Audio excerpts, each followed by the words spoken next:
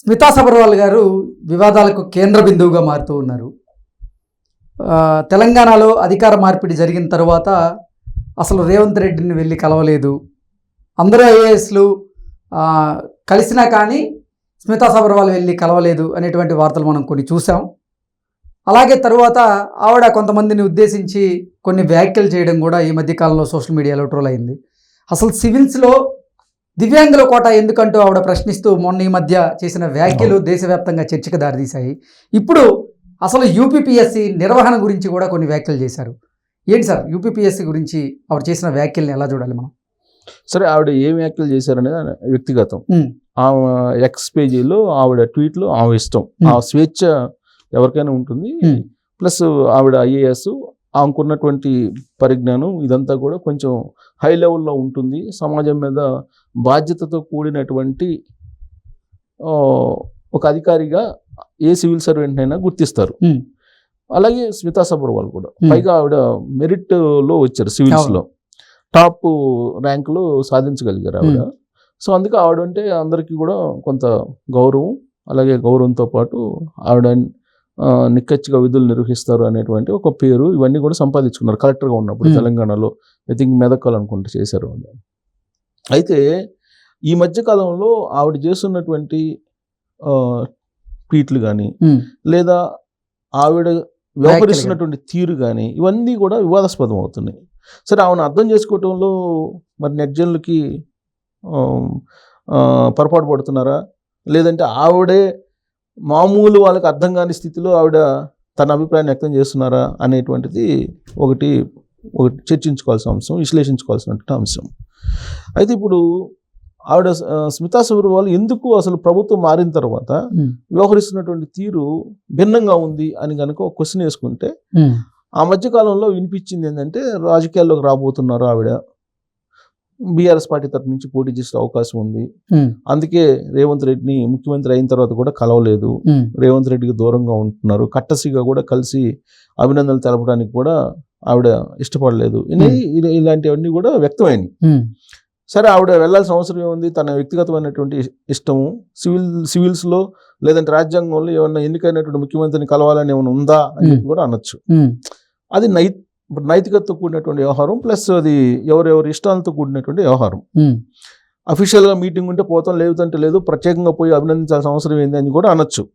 కానీ జనరల్గా ఏంటంటే సంప్రదాయం ఏంటంటే కొత్తగా ముఖ్యమంత్రి అయినటువంటి వాళ్ళని, ఎస్పెషల్లీ సీఎం ఆఫీస్లో ఉన్నటువంటి ఐఏఎస్ ఆఫీసర్స్ ప్రభుత్వం మారగానే కొత్తగా వచ్చినటువంటి ముఖ్యమంత్రిని కానీ మంత్రులు కానీ కలుసుకొని కొంత విషయం చెప్పుకోవడం, ఇవన్నీ కూడా సాంప్రదాయంగా నడుస్తున్నాయి.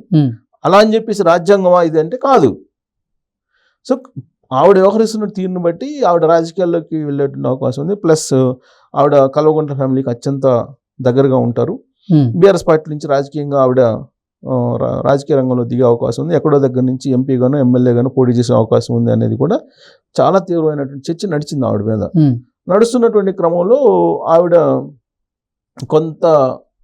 కొత్త ప్రభుత్వం ఏర్పడిన తర్వాత మనసు మార్చుకొని పంచాయతీరాజ్ శాఖ మంత్రిగా ఉన్నటువంటి సీతక్క జాయినింగ్ రిపోర్ట్ వద్ద కనిపించారు.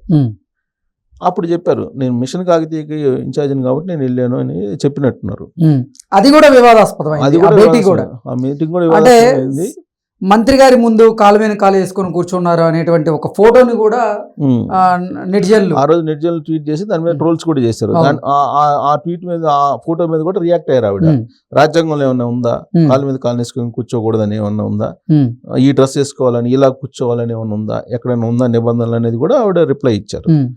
సో ఆ విధమైనటువంటి రిప్లైలు ఇస్తున్నటువంటి క్రమంలో, వివాదాస్పదం అవుతున్నటువంటి క్రమంలో అసలు ఇంక కంటిన్యూ కావాలని ఉందా విధుల్లో, లేదు ఆమె విఆర్ఎస్ తీసుకొని రాజకీయాల్లోకి వెళ్ళాలనుకుంటున్నారా అనేది బలంగా నడిచినటువంటి చర్చ. అయితే కొత్తగా గవర్నమెంట్ వచ్చిన తర్వాత కొన్ని రోజుల పాటు కొంచెం ఇలాంటి వివాదం నుంచి ఆవిడ ఎట్టకేలకు ప్రణాళికా సంఘం కార్యదర్శిగానే వేసినట్టున్నారు. అప్రాధాన్య పోస్ట్ అది. అలా అని చెప్పి అప్రాధాన్యం అంటే ప్రాధాన్యమే, కానీ అక్కడ ఉండేటువంటి పరిస్థితులు వాటన్నిటిని బట్టి అది అప్రాధాన్య పోస్ట్ కిందనే భావిస్తారు అందరూ కూడా. సో ఇప్పుడున్నటువంటి పరిస్థితుల్లో ఆవిడికి పెద్ద పనేం లేదు, అక్కడ ఏం పెద్ద పని ఉండదు. ఓకే. ప్లస్ అక్కడ సమీక్ష సమావేశాలు కానీ బిజీ కానీ ఏముండదు. సో ఇక్కడ ఒక కొటేషన్ చెప్పుకోవాలి, ఐడియల్ మైండ్స్ ఆర్ డెవిల్స్ అని. అంటే ఆవిడకి వర్తింపజేద్దామా ఇది అని అంటే కాదు, జనరల్గా అలాంటివి చెప్తూ ఉంటారు. అంటే మనకి లీజర్గా ఉన్నప్పుడు రకరకాల ఆలోచనలు వస్తున్నాయి.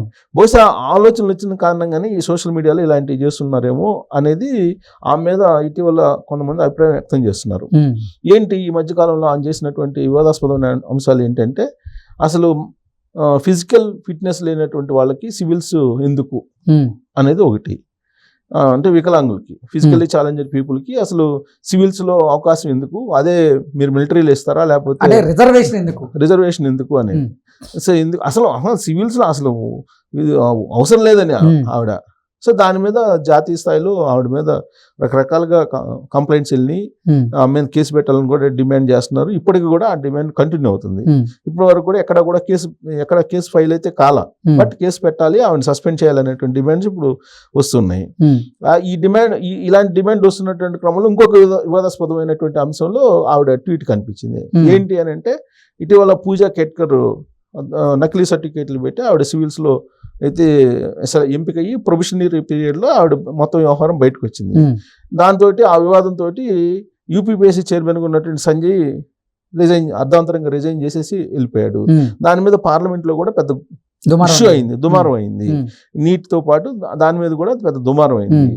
సో ఈ దుమారం అయినటువంటి క్రమంలో ఇప్పుడు ప్రీతి సుదాన్ ఇప్పుడు యూపీపీఎస్సీ నూతన చైర్మన్గా బాధ్యతలు స్వీకరించారు. అదే రోజు ఈవిడ ఒక ట్వీట్ చేశారు.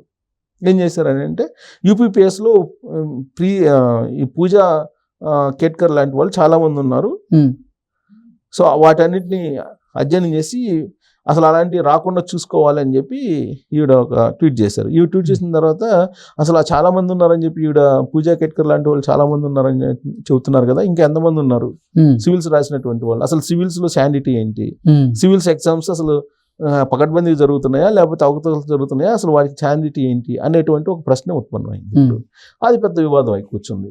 సో దీంతో ఆవిడని సస్పెండ్ చేయాలి అనేటువంటి ఒక డిమాండ్ ఇప్పుడు మళ్ళా బయలుదేరింది. సరే, ఆవిడ వివాదాలు కనుక మనం తీసుకుంటే అనేకం ఉన్నాయి.